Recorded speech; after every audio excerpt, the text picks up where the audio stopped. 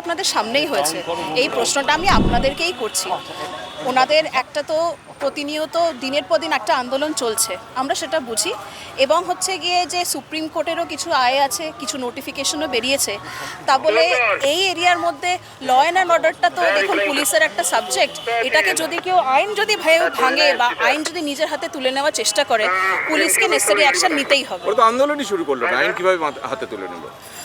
দেখুন, আন্দোলন শুরু করেছে কিনা, ওরা ঐক্যবদ্ধভাবে করেছে কিনা, নাকি বিক্ষিপ্তভাবে বিভিন্নজন বিভিন্ন জায়গা থেকে চলে এসেছে একই সময় একই জায়গাতে, এইগুলো আমাদেরকে কিন্তু পরে এনকোয়ারি করে দেখতে হবে। যেরম যেরম আমরা জানতে পারবো আমরা আপনাদের সাথে নিশ্চয়ই শেয়ার করবো। ম্যাডাম, একজনের পা দিয়ে রক্তক্ষরণ হচ্ছিল, একজন চাকরিহারা শিক্ষিকা, তিনি আঘাত পেলেন, তিনি বলছেন পুলিশ টানা হেঁচড়া করেছে, রক্তক্ষরণ হচ্ছে।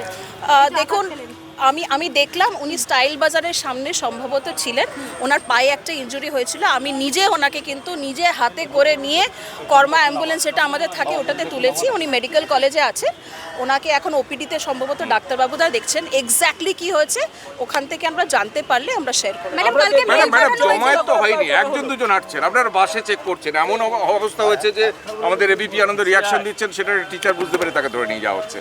এইটা এইভাবে দরকার, মানে কি দরকার কি আছে বা দরকার ছিল? দেখুন, দরকার ছিল কিনা সেটা তো পরের কথা, কিন্তু এক্সেপশনাল সিচুয়েশনে এক্সেপশনালভাবে পুলিশকে হয়তো কাজ করতেই হয়। তো আন্দোলনই শুরু করেনি তারা। দেখুন, আন্দোলন শুরু হয়েছে কি হয়নি, আমার মনে হয় এটা যারা চাকরি প্রার্থী, চাকরিজীবী, চাকরিহারা যারাই আছেন তাদের কাছ থেকে এই কমেন্টটা নিলে বেটার হয়। একটা লাস্ট প্রশ্ন হচ্ছে যে পুলিশ যেভাবে কলার ধরছে একজন শিক্ষিকাকে, কলার না ধরেও তাকে কি আটক করা যেত না?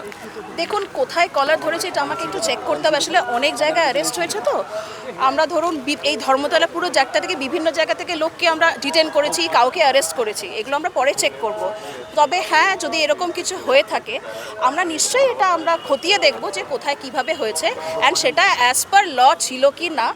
তখন এই সিচুয়েশন যদি ডিমান্ড করে, তখন যদি কারেক্ট অ্যাকশন হয়ে থাকে, তাহলে সেটাও আমরা আপনাদের সাথে শেয়ার করব। কলকাতায় এত পরিস্থিতি অবনতি হয়, ল অ্যান্ড অর্ডার প্রবলেম হয়, আপনি ডিসি সেন্ট্রালের দায়িত্বে, কিন্তু কখনো পুলিশকে এইভাবে খুঁজে খুঁজে অপরাধী ধরার মতো ধরতে আমরা দেখতে পাইনি। শিক্ষক ধরার জন্য এইভাবে পুলিশের তৎপরতা কেন?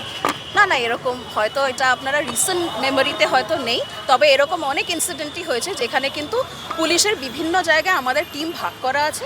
আমরা কিন্তু দেখে দেখে যখন মনে হয়েছে যে একটা ল অ্যান্ড অর্ডার সিচুয়েশন খাস কলকাতার বুকে তৈরি হতে পারে বা হয়েছে, তখন কিন্তু আমরা অ্যাকশন নিয়েছি। আপনারা কাইন্ডলি চেক করুন। ম্যাডাম, কালকে কি মেল করা হয়েছিল আপনাদেরকে চাকরিহারাদের পক্ষ থেকে? লালবাজারে তারা বলছেন একটি মেল পাঠিয়েছিলেন, অনুমতি ছিল। এটা তো আমি কি করে বলতে পারবো বলুন? শিক্ষকেরা বলছেন যে তারা আন্দোলন কখনো আন্দোলন সংগঠিতই করেননি, বিভিন্ন জায়গায় বসেছিলেন, সেখানে শপিং মলের ভেতর থেকে খুঁজে আনা হচ্ছে, মেট্রো স্টেশন সংলগ্ন ফুটপাথ থেকে ধরে আনা হচ্ছে, বাস স্ট্যান্ড থেকে। তারা বলছে তারা তো দাগি আসামি নয়, ধর্মতলা থেকে গাঁজার পাচারকারীদেরকে এভাবে খুঁজে বার করা হয়, এটা তাদের বক্তব্য। যে আমাদেরকে কেন খুঁজে বার করানো হচ্ছে? আমাদের তো ক্লাস তাকে তো বলে দেওয়া যেত যে আপনি আন্দোলন করবেন না, চলে যান।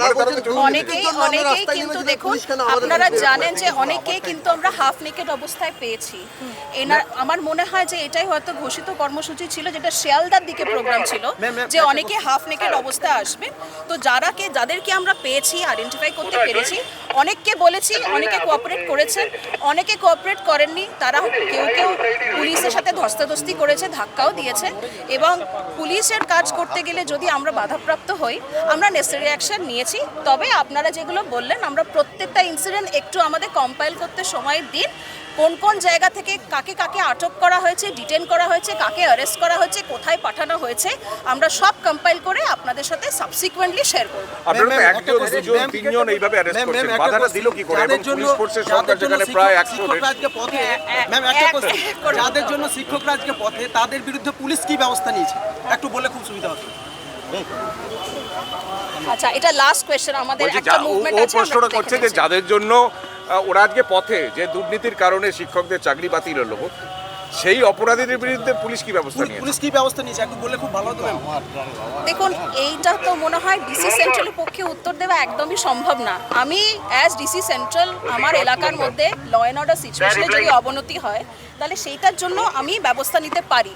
কিন্তু আপনারা যে প্রশ্নটা করছেন, এটা একটা বৃহত্তর একটা ব্যাপার। এদের চাকরি গেছে, এখানে অনেকজন অনেক কাজ করছেন, জজ সাহেবরা আছেন, সুপ্রিম কোর্ট, হাইকোর্ট এবং বিভিন্ন দফতর এটার মধ্যে আছে। মাননীয় মুখ্যমন্ত্রী এটার মধ্যে হস্তক্ষেপ করেছেন, উনি ওনার গাইডেন্স দিয়েছেন। তবে আমি মাত্র ডিসি সেন্ট্রাল। আমি আমার এলাকার ল অ্যান্ড অর্ডার নিয়ে চিন্তিত, এবং যা হয়েছে আপনাদের সামনে হয়েছে। আমি কোথায় গেছি, আমার অফিসাররা কোথায় গেছে, কাকে কোথার থেকে তোলা হয়েছে, আপনারা সবাই আমাদের সাথে ছিলেন। কিন্তু আমরা দেখছি খুঁজে খুঁজে আপনারা বের করছেন, এতে ল অ্যান্ড অর্ডার প্রবলেম কি করে হতে পারে? সেটা না হয় আপনারা দোকান থেকে বের করছেন, ট্রাম থেকে বের করছেন, মেট্রো স্টেশন থেকে বের করছেন, বাস থেকে বাসে পর্যন্ত আপনাদের এবং চাকরিহারাদের অভিযোগ তারা শৌচালয়ে গেছিলেন, সেখান থেকে তাদের বের করা হয়েছে। 1.5 বছর থেকে এখানে অনেকেই আমরা কিন্তু অনেক জায়গা থেকে অ্যারেস্ট করছি। আপনাদের হয়তো রিসেন্ট মেমোরিতে আপনারা কাইন্ডলি, এটা আমার রিকোয়েস্ট, আপনারা খতিয়ে দেখবেন। এখন আমাকে ছেড়ে দিন, কারণ কি আমাকে একটা জায়গায় যেতে হবে, কারণ কি আমাদের আরো কিছু ইনপুট আছে, হয়তো কোনো ল অ্যান্ড অর্ডার সিচুয়েশন অবনতি হয়েছে। Thank you. বাংলা হাটের আরো খবর দেখতে নজর রাখুন। বাংলা খবর মানেই বাংলা হাট।